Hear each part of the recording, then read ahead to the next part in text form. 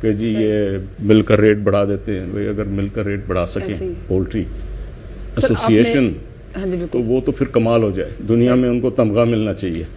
کہیں بھی نہیں یہ کنٹرول ہو سکتی پرائس، نہ انڈے کی نہ مرغی. پیرشیبل چیز ہے، ہم اٹھا کے گودام میں رکھ نہیں سکتے.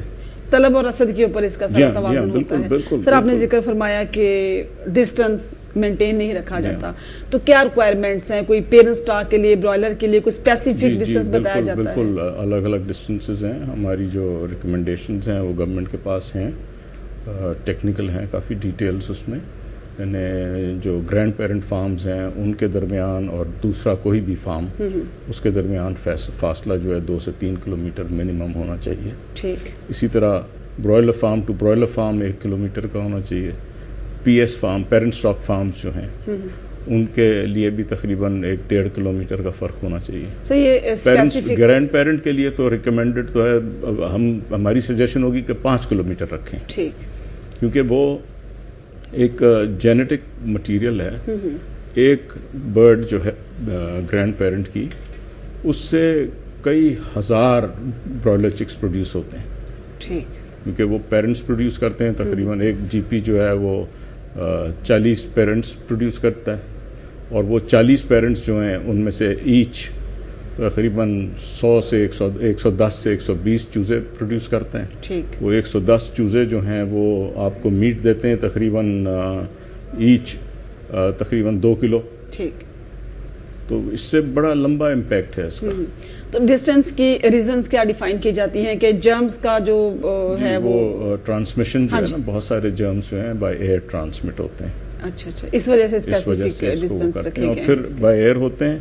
پھر کچھ وائلڈ برڈز ہیں جن کا ریڈیس ہے، وہ ایک فارم سے دوسرے فارم 1 کلومیٹر تک جاتی ہیں. کچھ برڈز ہیں جو 2 کلومیٹر جاتی ہیں، کچھ برڈز ہیں جو 5 کلومیٹر تک بھی جاتی ہیں. تو ایک تو وہ بھی سامنے رکھا جاتا ہے، اور پھر ایئر ٹرانسمٹ ہوتا ہے، ایئر ٹرانسمیشن ہے.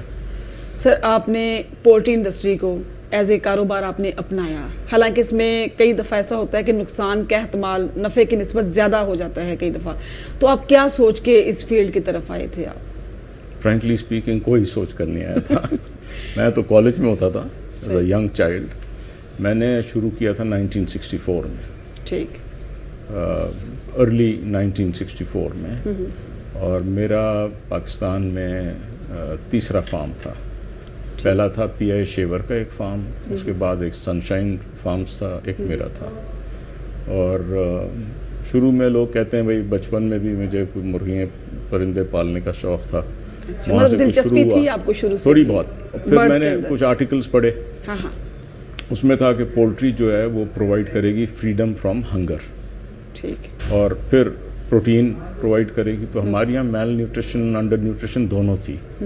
تو وہ آرٹیکل پڑھنے کے بعد میں نے سوچا کہ بھئی اس طرف کچھ شوق بھی ہے. تو تھوڑا سا میں نے چھوٹے اسکیل پہ شروع کیا تھا. اپنی میرے والد کی آئل مل تھی، تو اس میں ہمارے یہاں گوڈاؤنس کافی خالی پڑے تھے. اچھا. کرشنگ یونٹس کے، آئل سیڈز کے. تو وہاں میں نے شروع کیا تھا. پھر محنت سے آگے اللہ نے ترقی دی اس میں. مطلب آپ نے اس وقت سوچا بھی نہیں ہوگا کہ اتنا ماشاءاللہ سے اتنا آگے آئیں گے، اتنا اللہ آپ کو اس فیلڈ میں عزت دے گا اس طرح سے. تو آپ اس وقت ماشاءاللہ سے پروسیسنگ میٹ میں پاکستان میں نمبر 1 ہیں. تو پاکستان جیسے کمزور معیشت والے ملک میں کن کن مشکلات کا آپ شکار ہوئے جب آپ نے یہ پروسیسنگ میٹ کو سٹارٹ کیا؟ دیکھیں، میرے سے پہلے کافی لوگ پہلے کر چکے تھے یہ کام. ایک میٹروپول ہوٹل ہے کراچی میں، انہوں نے پہلا سب سے بڑا یونٹ لگایا تھا. ٹھیک. اچھا، وہ انفارچونیٹلی کامیاب نہیں ہو سکے. اس کے بعد وزیر علی والوں کے ایک رشتہ دار تھے، انہوں نے شروع کیا تھا جفی چکن کے نام سے. ٹھیک. اس کے بعد ماڈرن پولٹری والے تھے، پھر کلائمیکس فین والے گجرانوالہ میں انہوں نے شروع کیا تھا، پھر بی بی جان نے کیا تھا. ایکچولی یہ کام بڑا ڈیفیکلٹ ہے. اس کی جو بیک اینڈ ہے اس کو بھی سمجھنا پڑتا ہے. اچھا، سب سے بڑے چیلنجز جو ہیں وہ یہ کہ ہر جگہ آپ کو مرغی مل جاتی ہے. ٹھیک. تو تھڑے پہ آپ جائیں، آپ 1 روپے دیتے ہیں، وہ مرغی کاٹ کے آپ کو ذبح کر کے دے دیتے ہیں. تو وہ بڑا ایک چیلنج ہے. وہ ابھی تک ہے. مطلب ایک رجحان ایک دم چینج کیا لوگوں کو، ایک دم نہیں چینج ہوا ہے، ابھی کوئی چینج نہیں ہوا ابھی تک صرف 2% مرغی جو ہے وہ پروسیس ہو رہی ہے، صرف 2% مرغی جو ہے پروسیس ہو رہی ہے. یہ چینج ہوگا، لوگ کانشیس ہوں گے ہائیجین کے. اصل میں ہائیجین کا بڑا امپورٹنٹ رول ہے ہر چیز میں، کھانے میں، ہر چیز میں. بے شمار لوگ بیمار ہو جاتے ہیں، ان کو پتہ نہیں ہوتا کس وجہ سے ہوئے ہیں، پیٹ خراب ہو رہے ہیں، ٹائیفائڈ ہو رہا ہے، سیلمونیلا ہو رہا ہے، یہ نہیں پتہ انہیں کس وجہ سے ہو رہا ہے. ڈائٹ بڑی امپورٹنٹ چیز ہے، اس کا ہائیجینک ہونا ضروری ہے.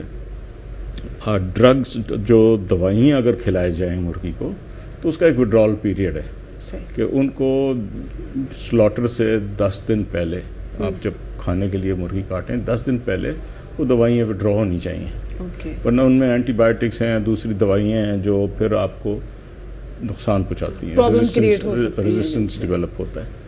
تو ہائیجین اگر آپ کانشیس ہیں تو پھر میں ڈسکرائب نہیں کرنا چاہتا کہ کیا حالات ہوتے ہیں ہمارے یہاں. جب وہ جہاں اگر آپ جا کے دیکھیں تو آپ کو خود پتہ لگ جائے گا، جہاں مرغی کٹ رہی ہے تھڑوں پہ، تو مطلب وہ ہائیجینک تو نہیں ہے نا.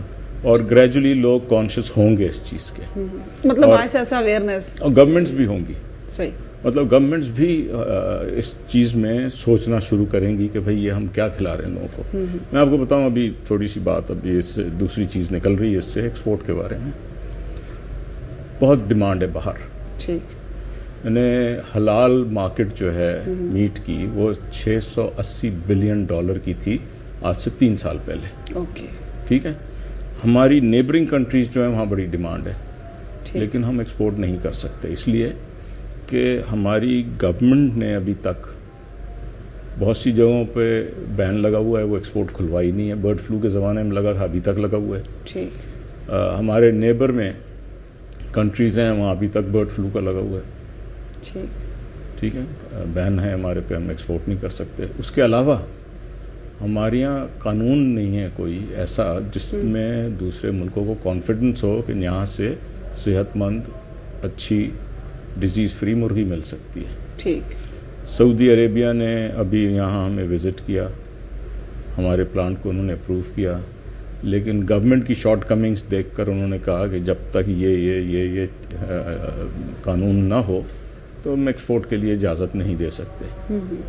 اسی طرح پورے یورپ میں، یورپین یونین سے اسپین والے ادھر آئے تھے، ہمارا انہوں نے یونٹ وزٹ کیا، ہمارے پروڈکٹس دیکھے، اور وہ بہت کین تھے کہ ہم آپ سے امپورٹ کریں گے حلال سیکٹر میں. انہوں نے وہاں سے ہمیں ایک پرفارمر بھیجے، گورنمنٹ آف پاکستان کو بھیجے.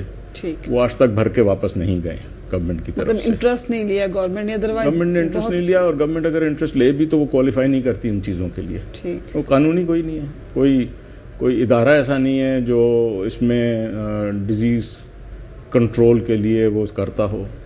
میں نے بلیو میں ان کا اتنا موٹا پرفارمر تھا جو بھرنا تھا. ہمیں پورا امید ہے، ہمیں پورا یقین ہے کہ ہم کوالیفائی کرتے ہیں. ہاں جی بالکل. ہمیں انٹرنیشنل فوڈ چینز جو ہیں ان کا بڑا اسٹرکٹ آڈٹ ہوتا ہے. انہوں نے سب نے ہمیں اپروو کیا. میکڈونلڈز والوں کا سب سے زیادہ اسٹرکٹ ہے.